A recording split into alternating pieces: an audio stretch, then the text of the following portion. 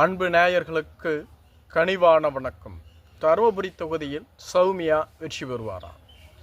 தருமபுரி மாவட்டம் பாட்டாளி மக்கள் கட்சியினுடைய தாய்மடி என அழைக்கப்படுகிறது. தருமபுரி மாவட்டத்தில் பென்னாகரம், தருமபுரி, பாப்பிரெட்டிப்பட்டி போன்ற தொகுதிகள் இன்றளவும் பாட்டாளி மக்கள் கட்சிக்கு வாக்கு வங்கியை சேர்க்கும் தொகுதிகளாக இருந்து வருகிறது.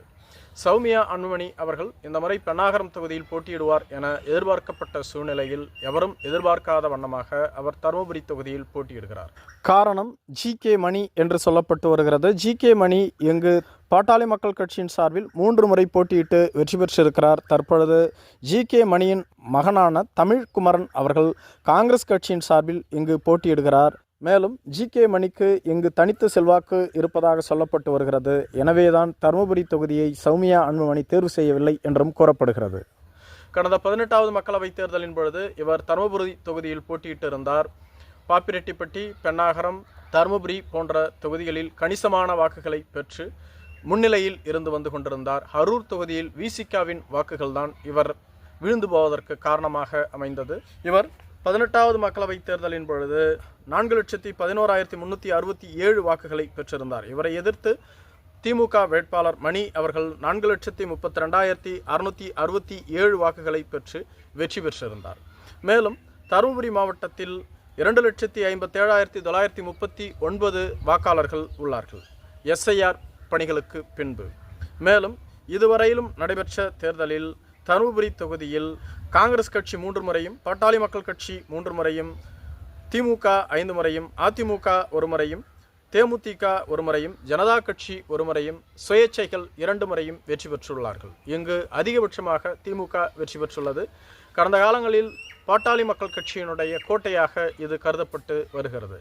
மேலும் தருமபுரி மாவட்டம் பின்தங்கிய மாவட்டமாக இருக்கிறது. இங்கு வளர்ச்சி பணிகளை எந்த கட்சியுமே முன்னெடுப்பதில்லை என்ற ஒரு குற்றச்சாட்டு தொடர்ந்து முன்வைக்கப்பட்டு வருகிறது. தருமபுரி தொகுதியில் வன்னியர்கள் வெற்றியை தீர்மானிக்கக்கூடிய சக்திகளாக இருக்கிறார்கள். இவர்களை தொடர்ந்து பட்டியலின மக்கள், வேட்டுவ கவுண்டர்கள், ஒகாலிக்காக்கள், நாயுடுகள், இஸ்லாமியர்கள், கிறிஸ்துவர்கள் போன்றவர்கள் கணிசமாக வசித்து வருகிறார்கள்.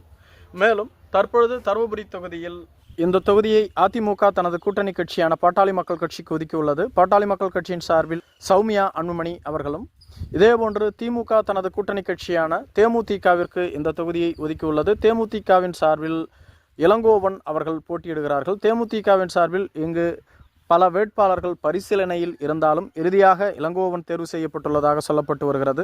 இதேபோன்று டிவிகேவின் சார்பில் சிவன் அவர்களும், நாம் தமிழர் கட்சியின் சார்பில் சாந்தலட்சுமி அவர்களும் வேட்பாளர்களாக அறிவிக்கப்பட்டிருக்கிறார்கள். 2021 திமுக இங்கு 36.2% வாக்குகளை பெற்றுள்ளது. அதே சமயத்தில் அதிமுக 48.6% வாக்குகளை பெற்றுள்ளது. நாம் தமிழர் கட்சி 4% வாக்குகளை பெற்றுள்ளது. 2024ஆம் ஆண்டு நடைபெற்ற 18வது மக்களவைத் தேர்தலின் பொழுது திமுக 31.4% வாக்குகளையும், அதிமுக 22.9% வாக்குகளையும், என்டிஏ கூட்டணி 37.9% வாக்குகளையும், நாம் தமிழர் கட்சி 5% வாக்குகளையும் பிரித்திருந்தது.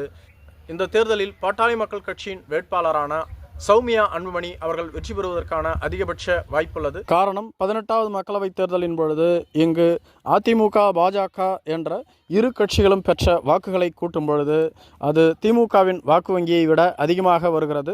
குறிப்பாக தற்பொழுது இந்த இரு கட்சிகளும் ஒரே கூட்டணியில் இருப்பது குறிப்பிடத்தக்கது. அது மட்டும் இல்லாமல் இங்கு பாமக, அதிமுக, பாஜகவிற்கு தனித்து செல்வாக்கும் உள்ளது. கடந்த 2024ஆம் ஆண்டு நடைபெற்ற 18வது மக்களவைத் தேர்தலின் பொழுது அதிமுக கூட்டணி 22.9% வாக்குகளையும், பாஜக 27.9% வாக்குகளையும் பெற்றுள்ளது. இவற்றை இரண்டையும் கூட்டும் பொழுது 45%க்கும் அதிகமான வாக்குகளை என்டிஏ கூட்டணி பெறுகிறது. இதன் மூலம் சௌமியா அன்புமணி வெற்றி பெறுவது உறுதியாகிறது.